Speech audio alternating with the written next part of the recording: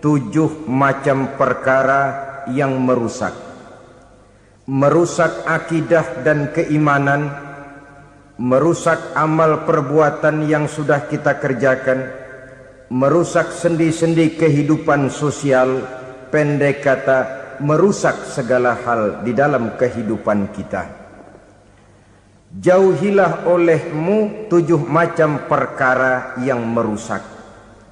Yang pertama, asyirku billah, menyekutukan Allah subhanahu wa ta'ala. Agama dimulai dari keyakinan, maka kehancuran agama selalu dimulai dari kehancuran keyakinan, iman atau akidah yang dimiliki oleh seseorang. Dan untuk menghancurkan nilai-nilai iman yang kita miliki ini, orang rasanya tidak akan menghantam kita dengan peluru kendali. Orang tidak akan mengirimkan nuklir ke sini. Orang tidak juga akan mengirimkan satuan militernya ke sini.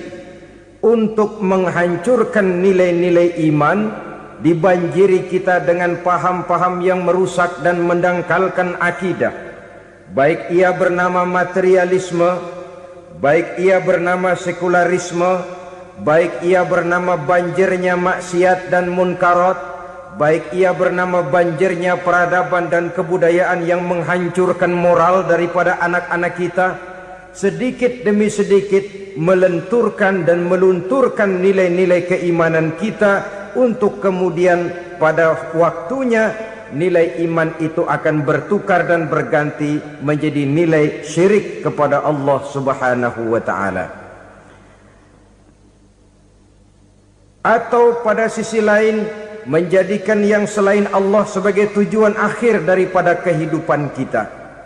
Sedangkan kita sama-sama maklum bahwa di dalam pandangan agama Islam, dosa yang tidak berampun, dosa yang terbesar, termasuk dalam kategori bapak moyangnya dosa, tidak lain adalah syirik, yakni menyekutukan Allah subhanahu wa ta'ala.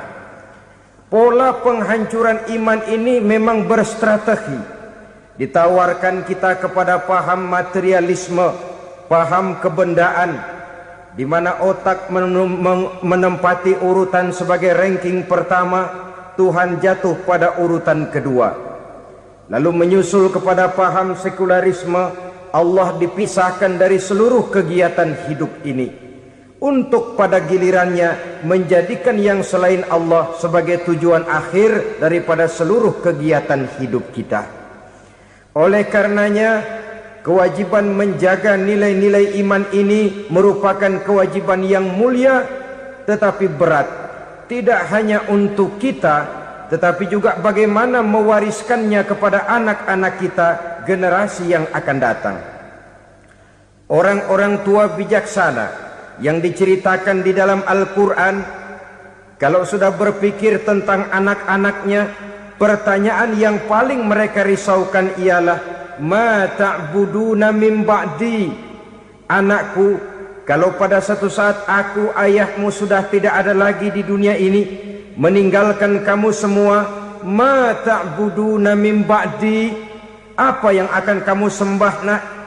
Jikalau sekarang ayahmu masih mau ke masjid, masih mau melakukan rukuk dan sujud, masih beribadah menyembah Allah subhanahu wa ta'ala, kalau orang tuamu sudah tidak ada, ma ta'buduna min ba'di, masihkah engkau mau datang ke masjid?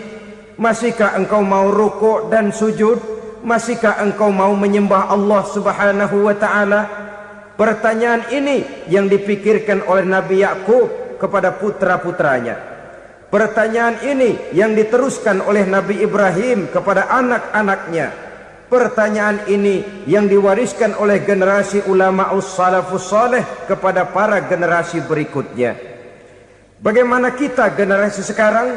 Kita orang-orang tua sekarang bukan berfikir ma ta'buduna min ba'di, malah yang kita fikirkan ma ta'kuluna min ba'di. Kalau bapak tidak ada nanti kamu makan apa nak? Perkara kamu nyembah apa urusan nomor 18. Yang penting kamu nanti hidup bisa makan, nak. Maka kita sibuk mewariskan harta kepada anak-anak kita. Kita sibuk mewariskan kebun dan tanah kepada anak-anak kita.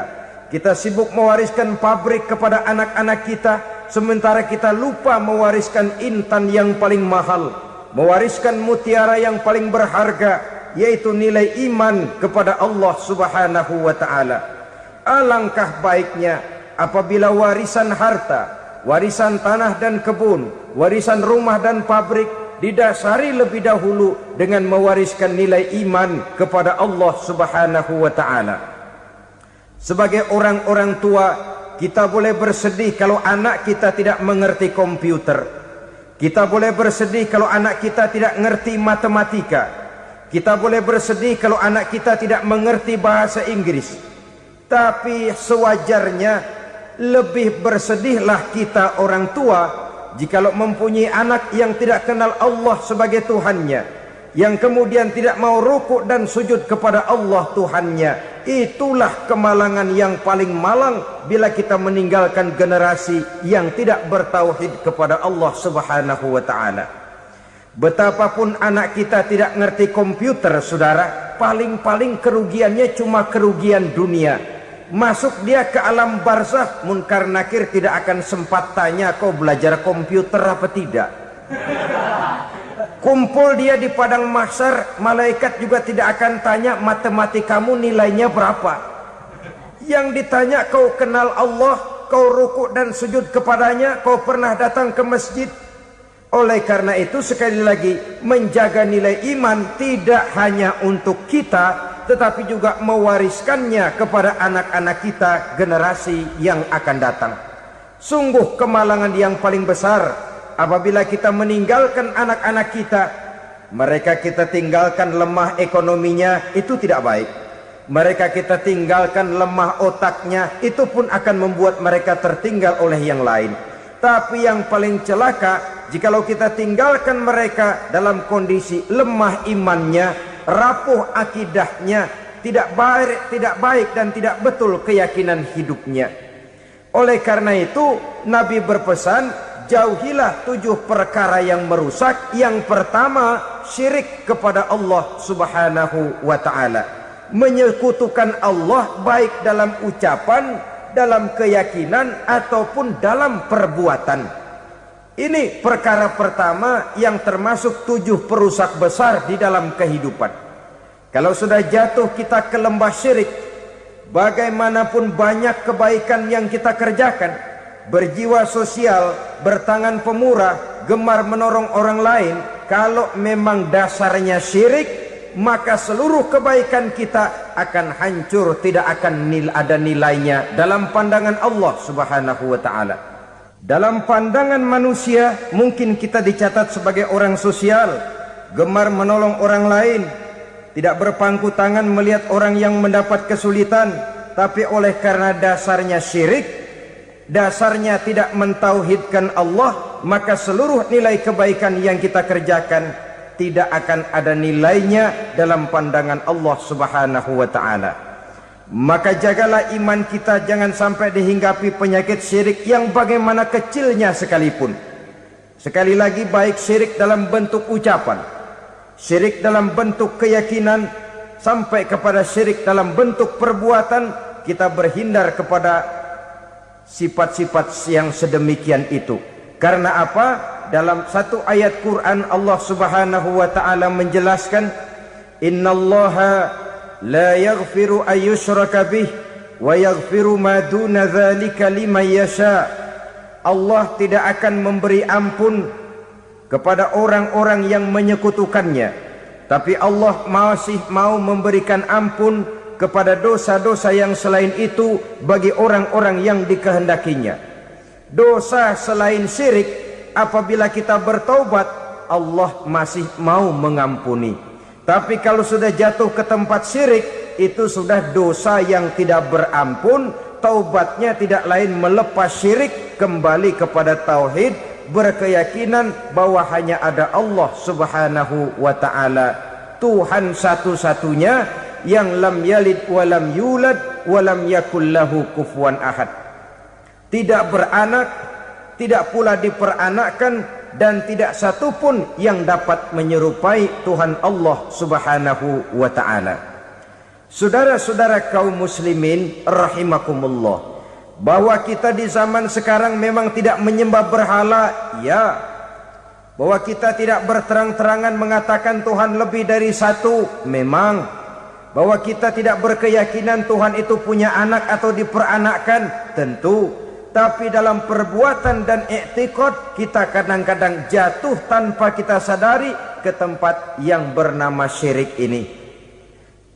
Oleh karenanya, di zaman di mana teknologi makin canggih, di mana kemajuan pembangunan makin menjangkau berbagai aspek kehidupan, diperlukan keseimbangan antara kemajuan fisik material dengan kemajuan mental spiritual. Apabila tidak ada keseimbangan, yang terwujud tentulah kepincangan, yang diawali dengan pincangnya cara kita berpikir, sehingga pada akhirnya akan mengarah kepada pincangnya cara kita berbuat dan bertindak di dalam kehidupan kita.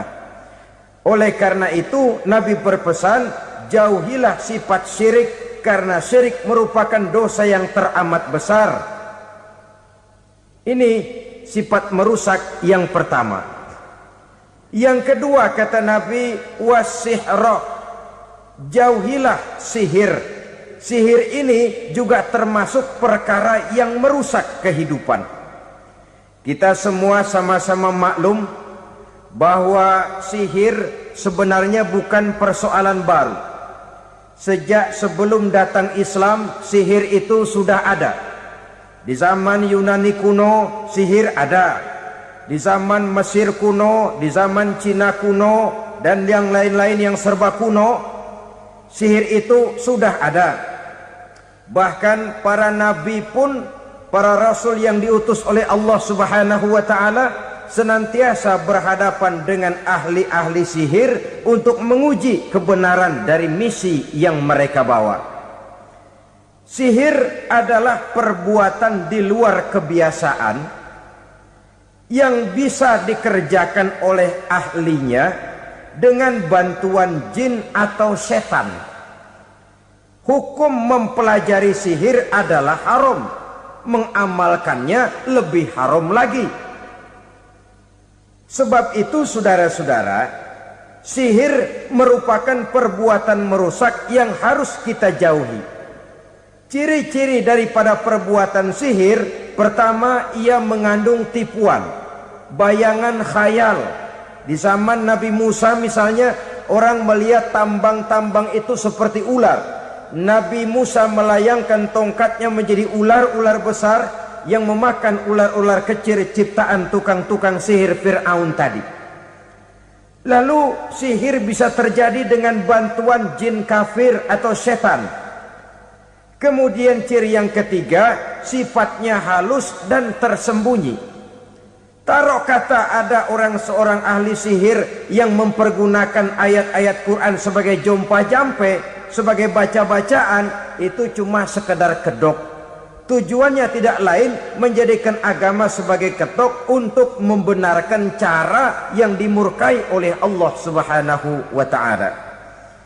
Satu hadis yang diriwayatkan oleh Imam Bazar dan Tabrani, Nabi berpesan, laisa minna man tatayyara lahu au takahhana au tukuhhina lahu au sahira lahu.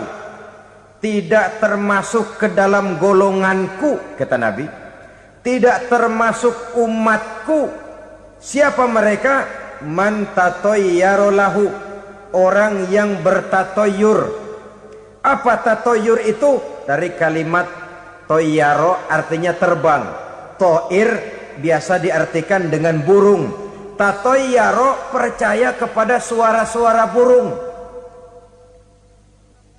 Man tatayyara lahu, mempercayai, meyakini dengan benar-benar kepada suara beburungan. Kan suka ada itu, nah bunyi burung tuh, maling liwat. Maling liwat. Burung bunyi, maling liwat. Itu termasuk tatoyaro lahu, percaya kepada suara burung. Kan aneh kalau suara orang nggak dipercaya, suara burung malah dipercaya. Ada ustadz ceramah, kiai ngaji, nggak mau didengerin, burung dengerin bener. Nah, suaranya dari sebelah mana? Belah kulon. Nah, itu tandanya ano. Habis dihitung-hitung. Itu termasuk tatoyaro lahu.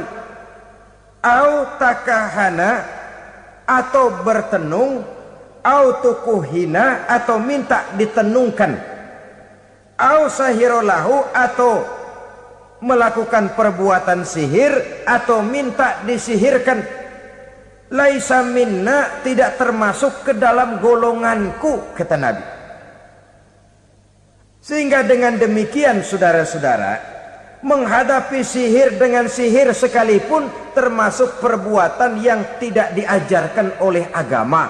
Kita kan mempelajari sihir untuk jaga diri, tidak apa-apa. Yang dilarang mengamalkannya, dilarang juga mempelajarinya. Sebab orang kalau sudah mengetahui, biasanya lalu terangsang untuk mencoba. Kalau percobaannya berhasil, biasanya terangsang untuk coba lagi dan coba lagi. Pada akhirnya ketagihan, lalu beralih menjadi profesi, apalagi itu nanti bisa mendatangkan hasil uang. Saudara-saudara kaum muslimin rahimakumullah, kita manusia makhluk nyata. Kita hidup di alam nyata, terikat oleh sunnatullah, causality. Oleh karenanya, bagi kita keyakinan yang penuh, keikhlasan di dalam bertuhankan Allah, penyerahan diri sepenuhnya hanya kepadanya, itu sudah merupakan obat penangkal yang sangat ampuh agar kita tidak terkena penyakit-penyakit yang dibuat oleh setan dan para pembantunya. Sehingga beberapa ayat Quran mengajarkan, misalnya a'udzu bikalimatillahi tammati min syarri ma khalaq, atau bismillazi la yadurru ma'asmihi syai'un fil ardi wala fis sama, dengan menyebut nama Allah yang tidak bisa mendatangkan bahaya sedikit pun, dari baik yang datang dari langit maupun yang datang dari bumi. Jiwa yang kosong dari keyakinan yang penuh kepada Allah, jiwa yang penuh was-was dan ragu-ragu, itu yang mudah terserang oleh penyakit-penyakit yang dikerjakan oleh para tukang-tukang sihir, yaitu oleh setan dan seluruh para pembantunya. Kemudian hadis kedua yang diriwayatkan oleh Imam Ibnu Hibban, Nabi bersabda, la yadkhulul jannata mudminu khamrin wala mu'minu bisihrin wala qati'u rahmin. Tidak masuk sorga. Ini Nabi yang bilang, tidak masuk sorga. Siapa itu? Pertama, mudminu khamrin, orang yang berkekalan dalam mabuk. Selalu mudminun itu sudah menjadi perbuatan rutinnya, tidak kapok-kapoknya, teler seumur hidup. Mudminu khamrin, tidak masuk surga orang yang selalu bermabuk-mabukan. Yang kedua, wala mu'minu bisihrin, orang mukmin tapi main sihir. Ini juga oleh Nabi diperingatkan, tidak akan masuk surga orang mukmin tapi suka main sihir. Wala qati'u rahmin, dan tidak juga orang yang memutuskan silaturahmi. Tiga macam manusia yang diperingatkan Nabi tidak akan masuk surga: orang yang selalu mabuk, orang mukmin yang main sihir, dan orang yang memutuskan silaturahmi. Saudara-saudara kaum muslimin rahimakumullah. Lalu orang berkata, kenapa dilarang kita bersihir? Padahal Rasul sendiri kan punya mukjizat. Nah, kita memang harus membedakan antara mukjizat dengan sihir. Dalam kehidupan agama kita kenal ada yang namanya mukjizat, Ada yang namanya karomah atau keramat biasa diucapkan. Ada yang namanya maunah. Ada yang namanya irhas. Ada juga yang namanya sihir. Kesemuanya ini berbeda, saudara-saudara. Yang dinamakan mukjizat itu khusus untuk para rasul saja. Satu kejadian luar biasa yang terjadi dilakukan oleh Rasul atas izin dari Allah Subhanahu wa ta'ala. Perbedaannya dengan sihir jelas. Sihir dari setan, mukjizat dari Allah. Sihir bisa dipelajari, mukjizat tidak. Sihir umumnya untuk maksud-maksud yang tidak baik, sedangkan mukjizat untuk memperkuat kebenaran yang disampaikan oleh para rasul dan ditentang oleh umatnya. Bahkan kafir Quraisy dahulu menganggap orang-orang ahli sihir itu berada dalam satu posisi yang hina, sehingga mereka mengatakan dan menuduh Nabi Muhammad sebagai tukang sihir. Tuduhan sebagai tukang sihir adalah tuduhan yang sangat aib dan hina. Di tengah masyarakat kufar jahiliyah, kedudukan tukang sihir dipandang sebagai kedudukan yang hina, sehingga mereka mengejek Nabi dengan sebutan tukang sihir. Jadi mukjizat hanya untuk Rasul saja. Kemudian karomah. Karomah ini asal kata dari karoma, kehormatan, kemuliaan yang diberikan Allah kepada hamba-hambanya yang rajin mendekatkan diri kepadanya. Oleh karena ketekunannya melaksanakan ibadah, Allah memberikan keistimewaan kepada orang itu, yang dengan keistimewaannya dia bisa mengerjakan yang tidak bisa dikerjakan oleh orang lain. Karomah hanya bisa dicapai dengan prestasi ibadah. Kalau sihir mau ibadah apa enggak, asal dia belajar, bersatu dan berteman dengan setan, memenuhi persyaratan-persyaratan setan, biasanya lalu bisa. Sedangkan karomah tidak mungkin terwujud tanpa orang mendekatkan diri sedekat-dekatnya kepada Allah Subhanahu wa ta'ala. Maka kita lihat biasanya orang-orang yang punya ilmu sihir, mukanya rata-rata nggak enak dilihat.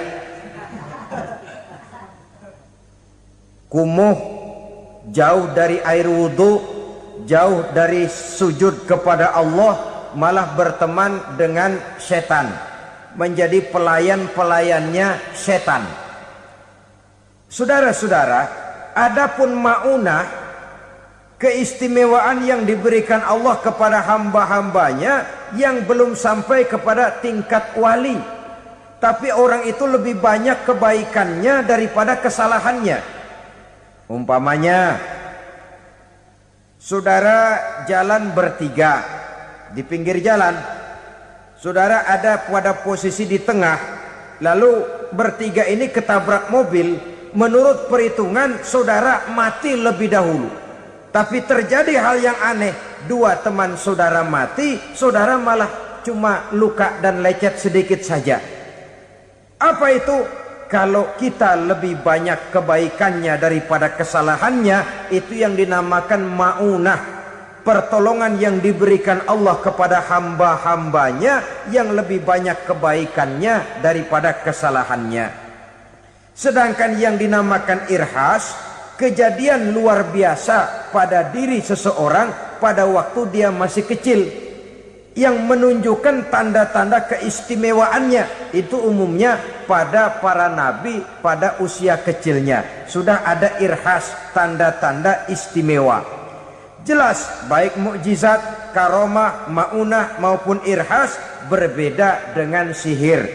Sihir ini jelas saja merupakan bantuan dan persekutuan antara manusia dengan setan.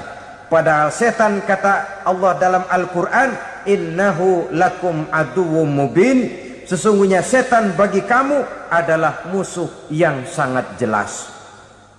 Saudara-saudara kaum muslimin rahimakumullah, di zaman sekarang dalam menghadapi beban kehidupan yang makin pelik, menghadapi stres yang tidak kunjung selesai, menghadapi persoalan-persoalan yang teramat berat, orang sering mencari jalan keluar kepada hal-hal yang menurut pendapatnya bisa meringankan beban moralnya itu.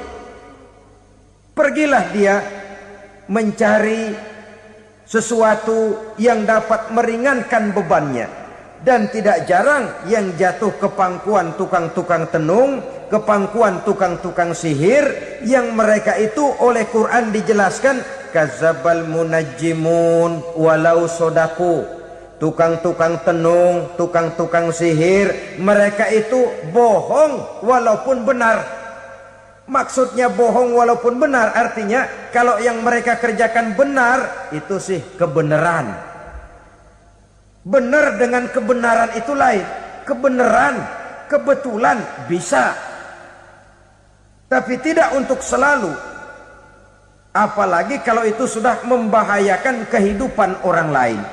Jadi oleh karena itu Nabi berpesan jauhilah daripada sihir. Kalau sudah jauhilah dari sihir artinya ya jauhilah daripada mempelajarinya, jauhilah daripada bergaul dengan orang-orang yang ahli di bidang itu, karena dari pergaulan segalanya bisa menular. Baiklah saudara, ini yang kedua. Yang ketiga pesan Nabi, wa qatlan nafsil lati harramallahu illa bil haq. Membunuh orang lain dengan cara yang tidak benar.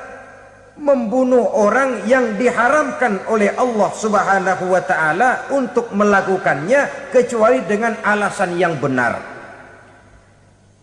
Kita tahu Islam adalah agama damai. Sesuai dengan namanya, ia tidak dikembangkan dengan pedang dan kekerasan. Ia dikembangkan dengan keteladanan dan tuntunan moral. Oleh karena Islam bukan agama kekerasan, Islam pun tidak mementingkan dan mengajarkan kekerasan kecuali dengan alasan yang benar dan bisa dipertanggungjawabkan. Membunuh dengan sengaja, menghilangkan nyawa orang lain tanpa alasan yang bisa dibenarkan adalah merupakan dosa besar dan satu di antara 7 perkara yang bisa mendatangkan kerusakan dalam kehidupan dan yang hendaknya harus kita jauhi. Saudara-saudara kaum muslimin rahimakumullah, beberapa waktu yang lalu di sebuah kota kecil yang indah bernama New Auckland. Saudara tahu New Auckland? Itu dari Gunung Kidul masih ngidul lagi.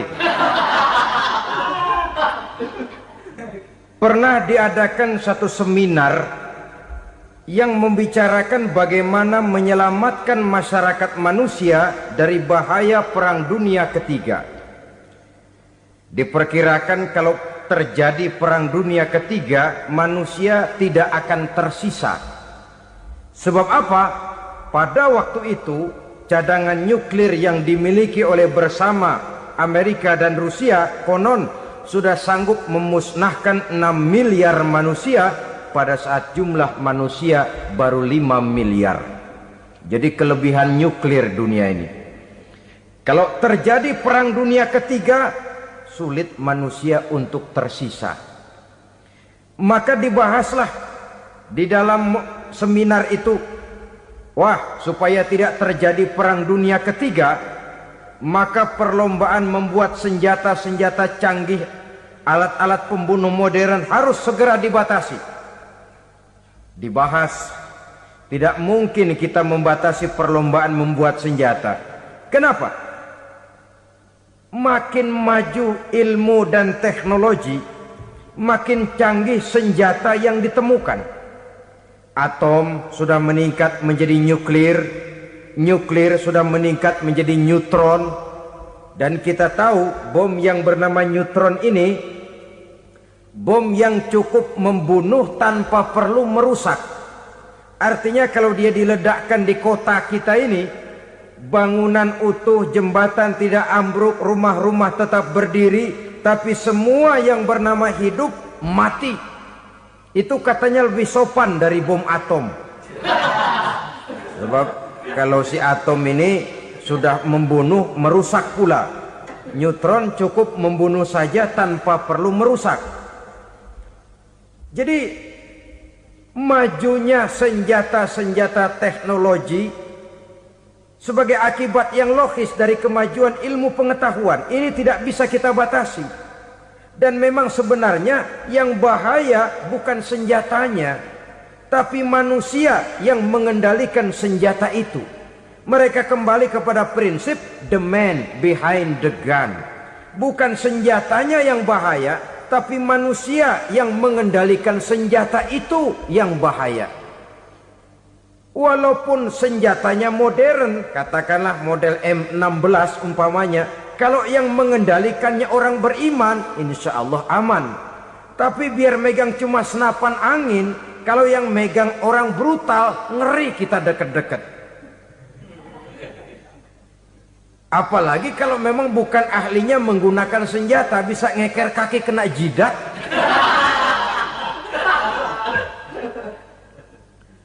Mereka kembali kepada prinsip lama yang tetap baru.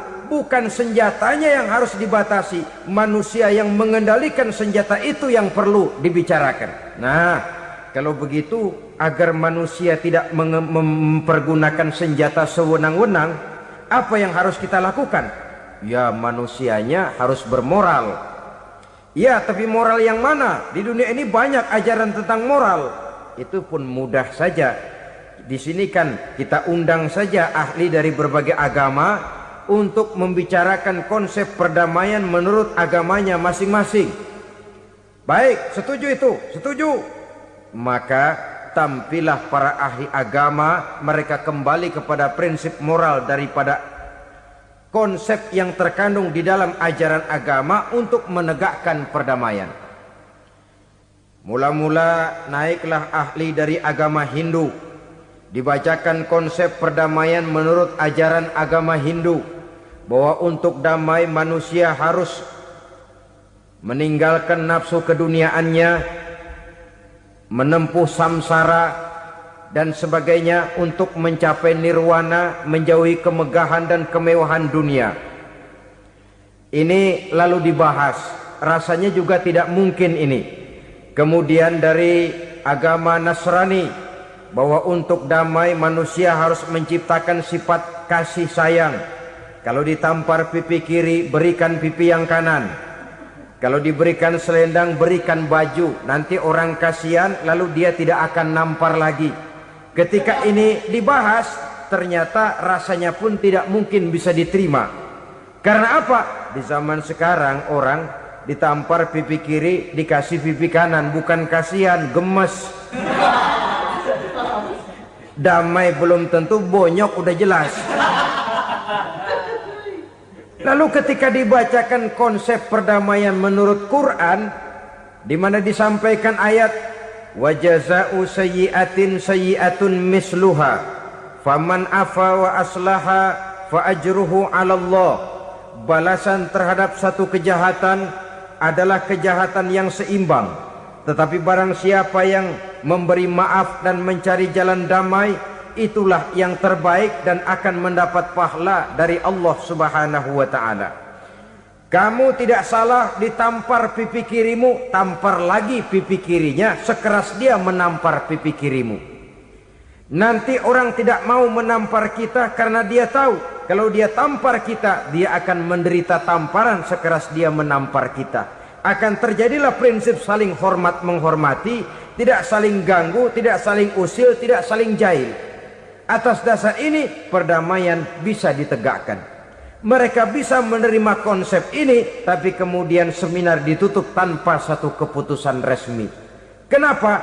Terus terang mereka kagum dengan konsep Islam, tapi sentimen lama terhadap nilai-nilai Islam telah menutup mata mereka untuk menerima kebenaran dari ajaran Al-Quranul Karim. Saudara-saudara kaum muslimin rahimakumullah, kembali kita kepada persoalan pokok. Roh adalah dari Allah. Dia akan kembali kepada Allah, milik mutlak dari Allah.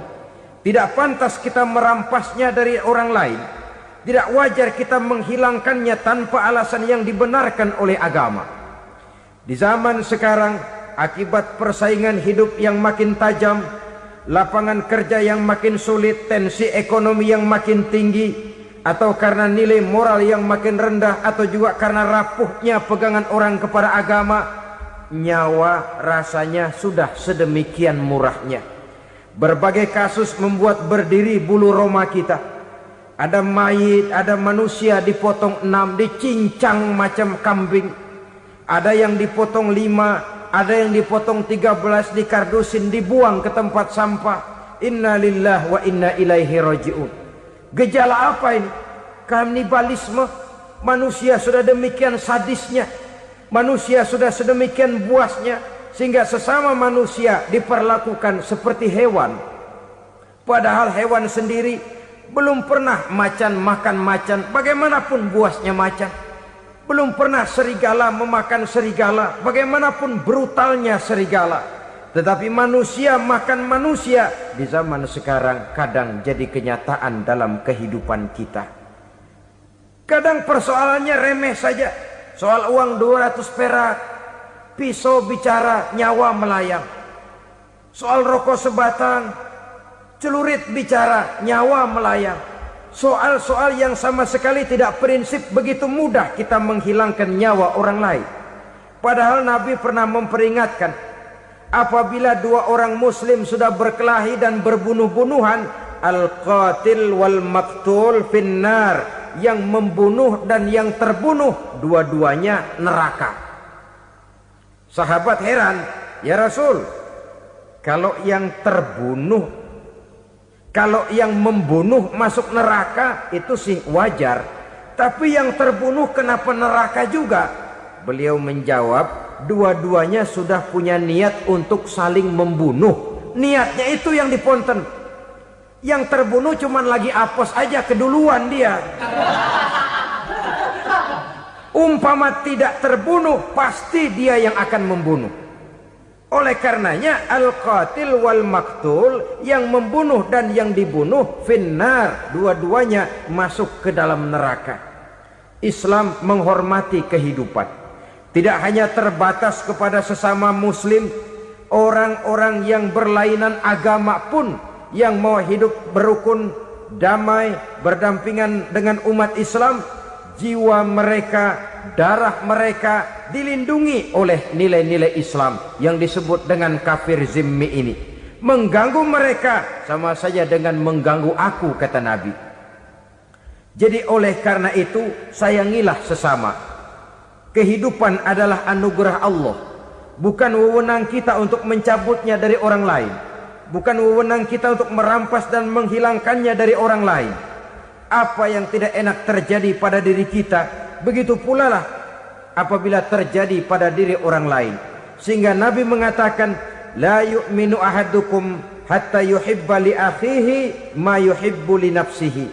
Belum dikatakan beriman seseorang kamu apabila dia belum mencintai saudaranya seperti ia mencintai dirinya sendiri. Apa yang enak dirasakan oleh orang lain, enak juga dirasakan oleh dia. Mengukur orang lain dengan diri sendiri. Kalau orang lain tanpa salah saya fitnah, kalau saya tanpa salah difitnah orang, enak apa enggak? Enggak, orang lain juga begitu. Kalau orang lain tanpa salah saya tempeleng kepalanya, enak apa tidak? Tidak. Orang lain juga begitu. Yang tidak enak terjadi pada diri kita, tentu tidak enak juga kalau terjadi pada orang lain. Mengukur orang lain dengan diri sendiri, sehingga tidak timbul sifat egois, tidak menari di atas bangkai orang lain, tidak mendirikan kebahagiaan di atas untayan air mata orang lain. Sehingga dengan demikian saudara-saudara, dia bisa menghormati kehidupan, menghormati orang lain sebagaimana dia ingin dihormati. Inilah perbuatan ketiga yang merusak, membunuh orang lain dengan yang diharamkan Allah tanpa alasan yang benar. Yang ketiga. Kemudian yang keempat, perbuatan merusak wa aklar riba, makan riba. Hidup adalah tolong menolong. Bahasa kerennya take and give katanya. Saling memberi dan saling menerima. Nabi mengajarkan man kuraba kurbatan min kurabid dunya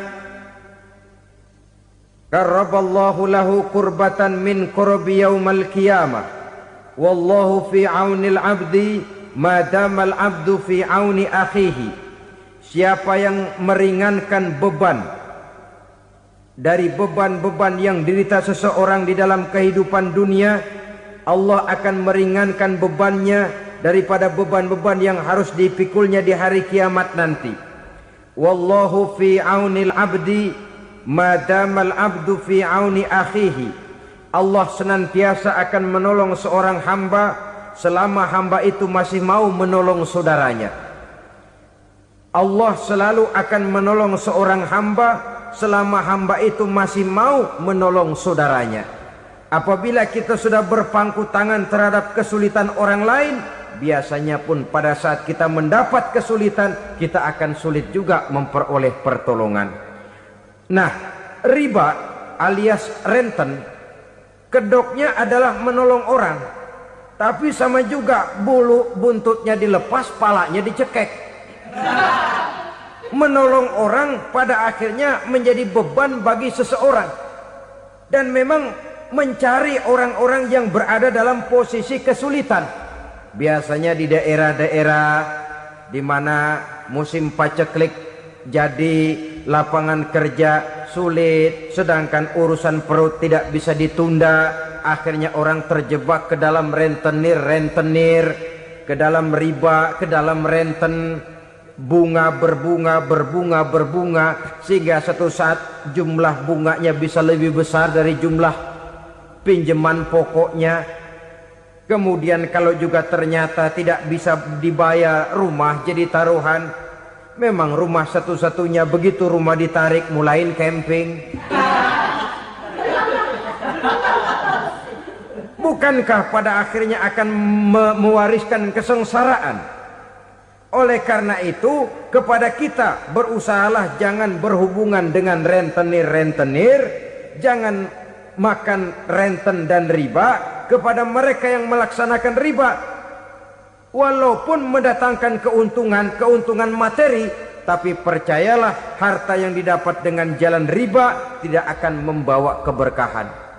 Manakala tidak membawa keberkahan, dia tidak akan mendatangkan ketenangan di dalam kehidupan kita.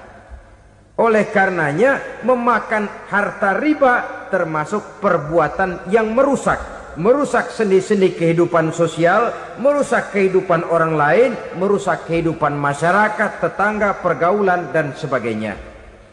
Yang kelima, wa akla malil yatim, memakan harta anak yatim dengan cara yang zalim. Nih, memang lezat. Anak yatim itu nggak tahu urusan apa-apa. Kita diamanahkan untuk mengurusinya. Kadang-kadang dibentuklah panitia penyantunan yatim piatu. Yatimnya mah tetap kelaparan, panitianya yang pada gendut.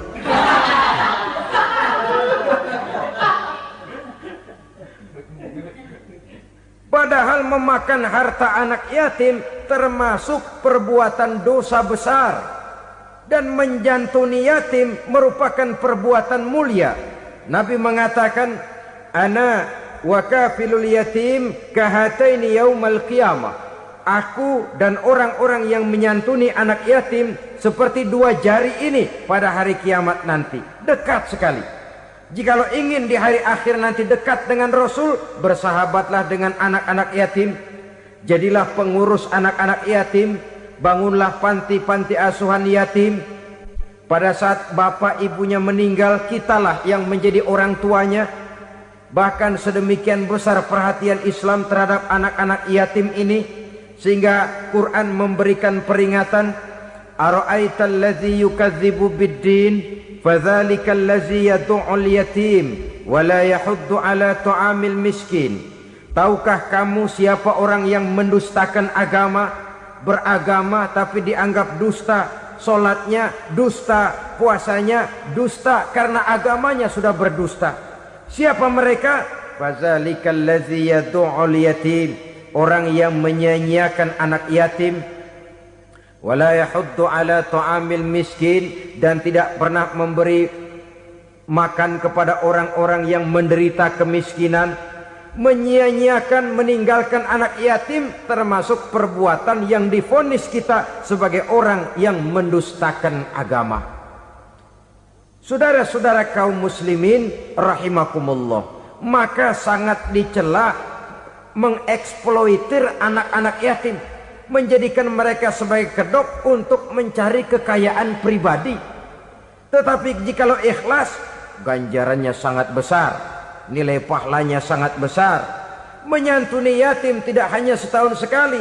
Kalau Muharram pakai istilah lebaran yatim, dibentuklah panitia, diberilah beras, uang 45.000 rupiah, alhamdulillah. Tapi jangan lupa, si yatim tidak hidup cuma satu hari. Dia tidak hidup cuma di bulan Muharram saja, dia hidup 12 bulan dalam setahun. Sebagaimana anak-anak yang lain, dia juga berhak punya masa depan. Dia juga berhak menikmati bangku sekolah. Dia berhak mengenyam arti dan makna pendidikan. Dia berhak membekali diri dengan ilmu dan pengetahuan, seperti halnya anak-anak yang lain. Maka kita yang diberikan keluasan oleh Allah, ingatlah itu, bersahabatlah dengan anak-anak yatim, santuni mereka. Perkara setahun sekali di bulan Muharram, alhamdulillah, itu bagus, bin Thayyib alias baik. Tapi tentu dan tentu, sekali lagi, si yatim tidak hanya hidup di bulan Muharram. Dia hidup 12 bulan dalam setahun, 24 jam dan di dalam sehari. Oleh karenanya, menyia-nyiakan mereka pada saat posisi kita memang mampu, akan memojokkan kita dalam satu posisi di mana kita dianggap sebagai orang yang mendustakan agama, memakan harta anak yatim dengan cara yang zolim. Bapaknya udah meninggal, kebunnya lebar, anaknya dikelecehin. Nah, dah kamu gak usah pusing, nanti saya yang ngurus. Akhirnya bukan ngurus, nguras. Si yatim mungkin tidak tahu bahwa dia disia-siakan, haknya diambil, miliknya dizalimi. Tapi Allah yang akan membalasnya dengan seadil-adilnya. Maka makan harta anak yatim biasanya balasannya tokcer bin paten. Nggak banyak selang tempo itu, nggak percaya cobain dah. Nyobain aja kan nggak bayar, umpama. Memakan harta anak yatim dengan cara yang zolim, ganjarannya biasanya kontan. Kenapa? Ratapan si miskin, untayan air matanya, jeritan kepedihan hatinya, membuka pintu langit, permohonannya diijabah, getaran hatinya didengarkan oleh Allah. Maka balasannya biasanya kontan, spontan, tidak menunggu waktu terlalu lama. Itu di dunia, belum lagi di akhirat nanti. Bukankah dalam riwayat Mi'raj diceritakan Nabi melihat di neraka itu orang perutnya sebesar rumah? La haula wala quwata. Itu perut kayak rumah, bagaimana jalannya tuh orang? Dan memang gak jalan, diseret-seret oleh malaikat di neraka itu. Hancur perutnya, amburadul itu perut. Berantakan isinya, dibulatkan lagi, diseret lagi, hancur lagi, dibulatkan lagi. Sampai Nabi tanya, orang itu begitu berat siksanya kenapa ya Jibril? Itu Muhammad, waktu di dunia dulu rakus banget makan harta anak yatim. Begitu vonisnya, begitu menyedihkan nasibnya di akhirat. Tapi di dunia pun ketidakberkahan itu sudah membayangi kehidupannya. Oleh karena itu, kepada saudara-saudara yang mendapat titipan anak yatim, berbahagialah, karena semulia-mulia rumah adalah rumah yang di dalamnya ada anak yatim yang disantuni. Sehina-hina rumah adalah rumah di mana di dalamnya ada anak yatim yang disia-siakan. Begitu kata Nabi kita. Rumah yang paling mulia dalam pandangan Allah, rumah yang di dalamnya ada anak yatim yang disantuni. Rumah yang paling hina dalam pandangan Allah, rumah yang di dalamnya ada anak yatim yang nasibnya disia-siakan. Berbahagialah saudara apabila menjadi penyantun anak-anak yatim, pelindung mereka, sehingga mereka mempunyai masa depan sebagaimana anak-anak lainnya. Rasulullah sendiri sedemikian peka terhadap keadaan anak-anak yatim karena beliau sendiri memang mengalami umur 6 bulan dalam kandungan ibu, beliau sudah ditinggalkan oleh ayahnya. Pada saat berusia 6 tahun ibu sudah meninggal. Yatim piatu dalam usia di mana beliau sedang perlu belas kasih seorang ibu dan pengertian seorang bapa. Kepekaan itu lalu timbul, bahkan kemudian sampai kepada beliau berkata, aku dan orang yang menyantuni anak yatim seperti jari tengah dan jari telunjuk di hari akhirat nanti. Sedemikian dekatnya. Baiklah ya, jadi yang kelima, memakan harta anak yatim. Jauhi karena ini perbuatan yang merusak. Yang keenam, watawalli yaumaz zahfi, melarikan diri pada hari pertempuran. Apa ini? Khianat. Tidak konsekuen dengan konsep perjuangan. Pada mulanya keras benar teriak, berantas korupsi, ganyang korupsi. Cuma karena belum dapat giliran. Begitu dia naik dapat kesempatan, korupsinya lebih edan dari yang diteriakinya. Ini termasuk tawalli yaumaz zahfi, berpaling pada hari peperangan. Di saat menghadapi musuh, kalau belum kelihatan musuh, teriaknya nyaring bener. Jangan takut demi kebenaran sampai titik darah yang paling penghabisan. Musuh belum kelihatan. Begitu musuh sudah kelihatan, paling dulu lari ke belakang. Kalau diajak berjuang ada saja alasannya. Sehingga Quran memberikan peringatan kepada kita semua. Mengapa kamu ini berat? Kalau sudah diajak berjuang di jalan Allah, kakimu seperti terhunjam berakar di perut bumi. Berat untuk melangkah berjuang. Lari dari pertempuran tidak konsekuen dengan konsepsi perjuangan. Mau enaknya saja. Dalam kondisi yang sulit lalu berpangku tangan. Ini termasuk ciri munafik yang di dalam Al-Quran disindir dengan bahasa kullama adha'a lahum masyaufi wa iza azlama alaihim qamu. Waktu terang mereka jalan, giliran gelap mereka mandek. Artinya, maksudnya kalau giliran ada untungnya aja rame-rame teriak Islam. Tapi begitu diminta berjuang, dituntut berkorban, rame-rame mundur. Waktu dilihat di Islam ada untungnya, rame-rame teriak Islam. Pak, saya Islam banget, Pak. KTP saya Islam, Pak. Pokoknya Islam banget dah. Tapi ketika diminta berjuang, dituntut sedikit berkorban, rame-rame mengundurkan diri. Tahun 65 PKI berontak. Waduh, waktu itu jadi orang Islam untung itu. Nggak dikejar-kejar, aman. Masjid rame, masjid, mobil-mobil mewah parkir di depan musola dan masjid. Kenapa? Waktu itu asal udah ke masjid aman. Islam selamat, untung. Tapi begitu keadaan aman, yang parkir di musola sepeda butut melulu.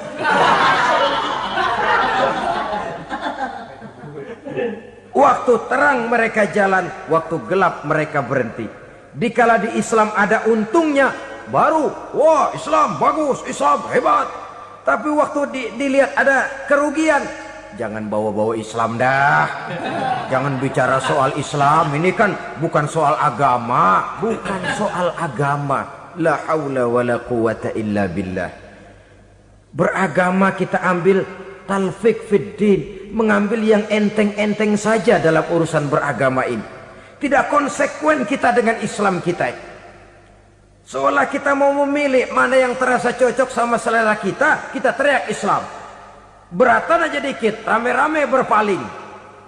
Itu termasuk tawalli yaumaz zahfi.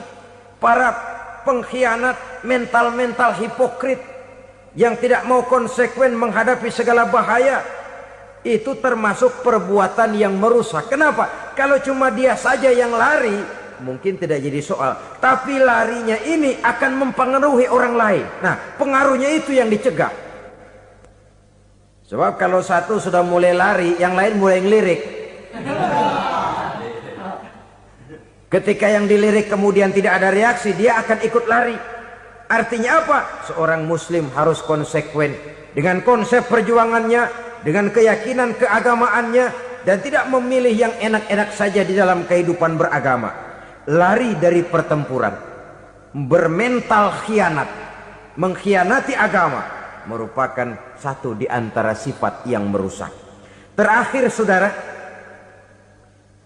wa qazfal muhsanatil ghafilatil mu'minat, menuduh perempuan baik-baik yang tidak tahu menahu tentang tuduhan yang dituduhkan kepadanya, menuduh perempuan mukmin yang baik-baik yang tidak tahu menahu tentang tuduhan yang dilakukan kepadanya.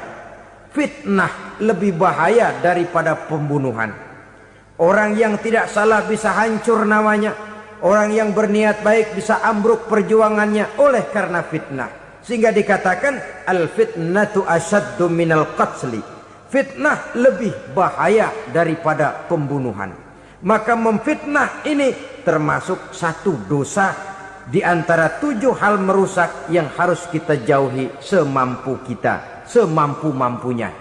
Mengupayakan sebisa-bisanya jangan sampai terjebak ke dalam hal yang demikian.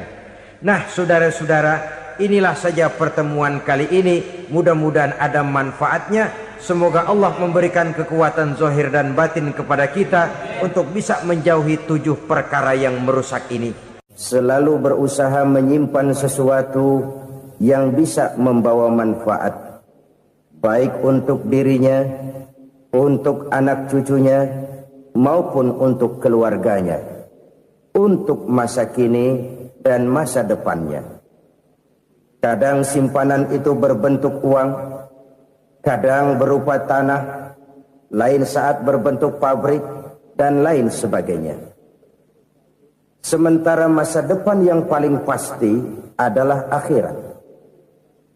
Jika untuk masa depan dunia kita rela memeras keringat, membanting tulang, pergi pagi dan pulang petang, menyimpan uang, menyimpan tanah, menyimpan pabrik, pernahkah kita merenung jika satu saat kiamat datang, kita dibangkitkan dari kubur masing-masing, berdiri di padang mahsyar untuk mempertanggungjawabkan seluruh kegiatan hidup kita di dunia ini.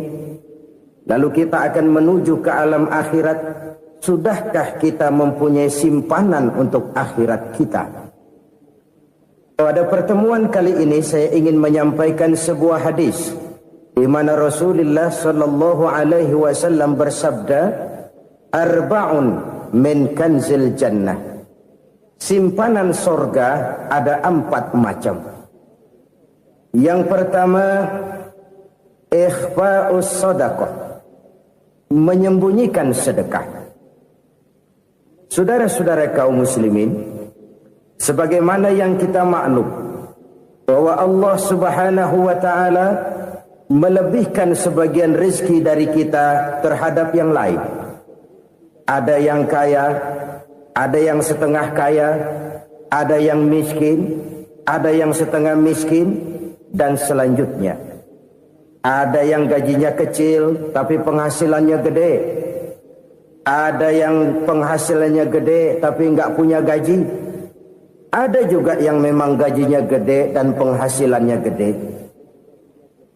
Kelebihan rezeki merupakan sunnatullah dan tidak harus membuat kita merasa lebih dari yang lain. Bahkan sebaliknya, kelebihan itu harus membuat kita ringan tangan untuk menolong mereka yang memang memerlukan pertolongan. Kalau saudara diberikan ilmu, maka pertanyaan akhirat cuma satu: ilmumu kau amalkan untuk apa?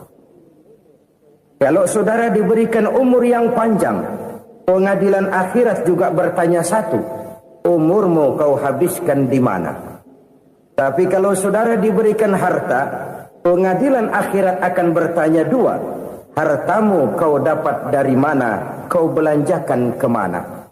Dari mananya ditanya, dan kemananya juga ditanya. Oleh karena kita akan dimintakan pertanggungan jawab, maka amanah yang bernama harta ini harus kita gunakan dengan sebaik-baiknya. Ada penggunaan yang merupakan kewajiban, itu zakat namanya. Ada penggunaan yang sewaktu-waktu, itu infak namanya. Ada yang lebih sewaktu-waktu lagi, dan itu sedekah namanya. Zakat dia terikat oleh haul dan nisab, oleh putaran batas waktu dan ukuran dari harta itu sendiri. Sedangkan infak terikat oleh situasi dan kondisi perekonomian seseorang. Sedangkan sedekah tidak terikat dengan apapun. Dalam kondisi seperti apapun kita bisa melakukan sedekah dengan yang terkecil sekalipun. Sampai-sampai Rasulullah sallallahu alaihi wasallam mengajarkan, la tahqiranna minal ma'rufi syai'an walau an talqa akhaka biwajhin talik. Atau ada hadis, tabassumuka fi wajhi akhika laka shadaqah. Senyumanmu kepada temanmu adalah sedekah. Jadi untuk melakukan sedekah tidak harus dalam berbentuk uang. Dengan ilmu kita bisa sedekah, dengan tenaga kita bisa bersedekah, dengan pikiran kita bisa bersedekah, bahkan senyum kepada teman itu pun sedekah. Jadi kalau sedekah dengan uang memang belum punya uang, nyengir aja banyakin. Itu asal pada tempatnya, jangan lalu ketemu tiang listrik cengengesan. Tentu tidak pada tempatnya dan tidak wajar. Nah, sedekah yang paling dicintai Allah adalah sedekah yang disembunyikan. Artinya jauh dari sifat riya. Kan kadang-kadang ada orang sedekah itu disebutkan namanya. Apa tidak bagus? Kalau memang niatnya ikhlas, ya bagus-bagus saja. Untuk memberikan sugesti kepada yang lain. Di Fulan bin Fulan nyumbang sekian, diumumkan. Boleh kalau niatnya untuk memberikan rangsangan kepada yang lain supaya dia menyumbang lebih besar dari orang tadi. Tapi kalau itu mendatangkan riya, maka sedekah yang paling dicintai Allah adalah sedekah yang disembunyikan. Tangan kiri saja tidak tahu apa yang diberikan oleh tangan kanan. Sedekah yang dilakukan dengan ikhlas akan merupakan perbendaharaan surga, tersembunyi dari pandangan orang lain, tidak seorang pun tahu. Karena memang sikap yang baik adalah melupakan kebaikan dan mengingat kesalahan. Itu salah satu ciri orang bahagia. Orang yang selalu mengingat kesalahannya dan berusaha melupakan segala kebaikannya. Kalau dia akan berada kebaikan, dia tidak bisa ikut, dia merasa rugi karena dia merasa belum pernah berbuat baik. Tapi kalau akan melakukan kesalahan baru, dia ingat kesalahan yang sudah-sudah, sehingga terhalang baginya untuk melakukan satu kesalahan baru. Demikianlah saudara-saudara, bahwa Allah melebihkan rizki sebagian kita dari yang lain, agar terjadi tolong-menolong dalam kehidupan ini.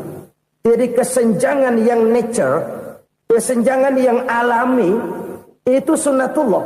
Ada yang kaya, ada yang miskin, ada yang kelas menengah. Nah, kenapa lalu sekarang kita berusaha mengentaskan kemiskinan? Oleh karena adanya kesenjangan struktural. Kalau yang kaya bisa semakin kaya, kenapa yang miskin tidak bisa naik jadi ikut sedikit kaya? Sebab pada dasarnya Islam adalah agama yang sejak turunnya sudah berupaya memerangi kemiskinan. Bahkan dikatakan kemiskinan itu mendekatkan kepada kekufuran. Orang kalau miskin udah dekat banget sama kafir. Gampang menjadi kafir. Berapa banyak saudara-saudara kita yang oleh karena soal perut, oleh karena soal materi, terpaksa meninggalkan dan menanggalkan akidahnya. Menjual petunjuk yang diberikan Allah dengan kesenangan dunia yang cuma sebentar ini. Na'udzubillah, thumma na'udzubillah. Jadi makin kita sembunyikan satu sedekah, semakin banyak perbendaharaan kita di surga. Sedekah yang paling dicintai Allah adalah sedekah yang disembunyikan. Malahan ada seorang sufi, dia punya kebiasaan kalau pergi sholat Jumat dia bawa uang, itu uang dia taruh di bawah tikar masjid. Dia niat sedekah kepada siapa saja yang nemuin itu duit. Maksudnya apa? Supaya yang nemuin nggak tahu siapa yang punya duit itu. Demikian dia saking ingin menyembunyikan sedekahnya. Karena sifat riya itu bisa memakan amal kita sendiri. Riya itu termasuk menyebut-nyebut kebaikan kita. Orang yang suka nepuk dada, sedikit-sedikit ngitungnya kalau nggak gua. Oh, kalau nggak gua tuh yang belas itu kalau nggak gua. Iya, kalau nggak lu kenapa emang? Orang yang suka menepuk jasa, biasanya memang begitu, saudara-saudara. Kalau perang lagi berkecamuk, orang nggak sempat ngaku jadi pahlawan. Tapi begitu perang selesai, yang kagak kenal bedil ngaku pahlawan, mas. Itu sesuatu yang biasa. Oleh karenanya, orang-orang yang ikhlas dalam bersedekah, disembunyikannya sedekah itu, Allah cinta betul. Malahan ada hadis memberikan jaminan, inna shadaqatal mar'il muslimi tazidu fil umri wa tadfa'u mitatas su'i. Sesungguhnya sedekahnya seorang mukmin tazidu fil umri, bisa menambah umur panjang. Wa tadfa'u mitatas su'i, dan menyelamatkan manusia dari mati secara su'ul khatimah. Jadi siapa yang kepengen panjang umur, banyaklah sedekah. Yang bosan hidup, pelit terus. Sedekah menambah panjang umur dan menyelamatkan manusia dari mati secara su'ul khatimah. Pak, katanya umur itu nggak bisa ditambah, nggak bisa dikurangin. Kapan? Kalau ajal sudah datang. Wa idza jaa ajaluhum la yastakhiruna sa'atan wa la yastakdimun. Kalau ajal datang tidak bisa dimajukan, tidak bisa dimundurkan. Itu kalau ajal sudah datang. Tidak bisa lagi umur ditambah dikurangi, sudah datang. Tapi kalau belum datang, itu kan haknya Allah. Mau ditambah, mau dikurangi, hak prerogatif Allah. Sebagai pencipta manusia, Allah maha kuasa dan maha mampu. Sedekah ini menambah panjang umur dan menyelamatkan manusia dari mati secara su'ul khatimah. Orang mati kan sama ya, kondisinya mati, nggak nafas. Tapi hakikat mati kan lain-lain. Ada yang mati itu husnul khatimah, baik akhirnya. Misalnya lagi ngaji mati, lagi sholat mati, lagi sedekah mati. Ini yang dinamakan dengan husnul khatimah, baik di akhirnya. Sebaliknya ada yang su'ul khatimah, jelek di akhirnya. Ini yang jadi catatan akhir. Lagi nyekek botol, mampus. Lagi banting kartu, modar. Su'ul khatimah, jelek pada akhirnya. Sedekah menyelamatkan manusia dari mati secara su'ul khatimah. Dan kita semua kepengen mendapat husnul khatimah, jauh dari su'ul khatimah. Oleh sebab itu yang bisa menyelamatkan kita dari penyakit itu antara lain adalah sedekah yang disembunyikan, yang dikerjakan dengan ikhlas karena Allah, tidak karena kepengen dipuji orang, tidak karena ingin dikatakan orang pemurah. Sebab orang dermawan itu orang yang memberi tanpa harus diminta. Kalau masih harus diminta, ya belum dermawan namanya, masih harus diminta. Kalau nggak diminta ya tulus, lolos, polos. Saudara-saudara kaum muslimin rahimakumullah. Harta adalah amanat dan akan kita pertanggungjawabkan. Allah melebihkan rizki sebagian kita dari yang lain agar kita saling tolong menolong, bantu membantu. Nabi janjikan siapa yang meringankan beban saudaranya muslim di dunia, Allah akan meringankan bebannya di akhirat nanti. Sebuah jaminan dari baginda Nabi. Si orang yang kita bantu barangkali tidak bisa membalas, Allah yang akan membalas lewat jalan lain yang tidak pernah kita sangka-sangka. Ada orang tanya, Pak, ini ada orang nyumbang masjid sambil marah-marah, bagaimana?